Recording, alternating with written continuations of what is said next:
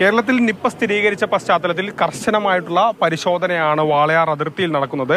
വാളയാർ ആരോഗ്യ വകുപ്പിന്റെ നേതൃത്വത്തിലാണ് ഓരോ വാഹനങ്ങളും പരിശോധിച്ചാണ് കടത്തിവിടുന്നത്. ഓരോ വാഹനങ്ങൾ, പ്രത്യേകിച്ചും കേരള വാഹനങ്ങളാണെങ്കിൽ തടഞ്ഞു നിർത്തുകയും അതിൽ ഉള്ളവരുടെ ശരീര താപനില പരിശോധിക്കുകയുമാണ് ചെയ്യുന്നത്.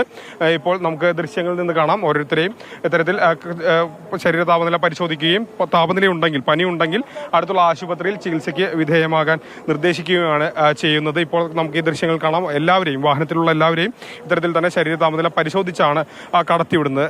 ടെമ്പറേച്ചർ செக் பண்ணுறோம். அவங்களுக்கு காய்ச்சல், தலைவலி, மயக்கம், சுவாச பிரச்சனை எதாவது இருக்கா அப்படின்னு சொல்லி கேட்டுக்கிறோம். அப்படி எதாவது இருந்தால் 108 வர சொல்லி நாம் அவங்கள அனுப்பி வைக்கிறோம். அதோட அவங்க அட்ரஸ் வாங்கி வச்சுட்டு அந்த சுகாதாரத்துறைக்கு நம்ம டிஸ்ட்ரிக்ட் ஆஃபீஸுக்கு சொல்லிவிடுறோம்.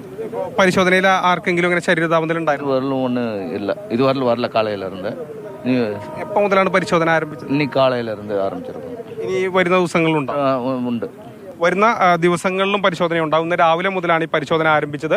ഓരോ വാഹനങ്ങളും ഈ തമിഴ്നാട്ടിലേക്ക് വരുന്ന വാഹനങ്ങൾ, പ്രത്യേകിച്ചും കോയമ്പത്തൂർ ഭാഗത്തേക്കൊക്കെ വരുന്ന വാഹനങ്ങൾ നിർത്തി അത് പരിശോധിച്ച് അവരുടെ ശരീര താപനില പരിശോധിക്കും. അതിനുശേഷം താപനില ഉണ്ടെങ്കിൽ അടുത്തുള്ള ജില്ലാ ആശുപത്രിയിലേക്ക് പോകാനും അവിടെ ചികിത്സ തേടാനും നിർദ്ദേശിക്കുകയും അതോടൊപ്പം തന്നെ അവരുടെ സാമ്പിളുകൾ പരിശോധിക്കുകയും ചെയ്യും. മൽഗോഷി മോഹനപ്പം, Google VS, Mathrubhumi news, Palakkad.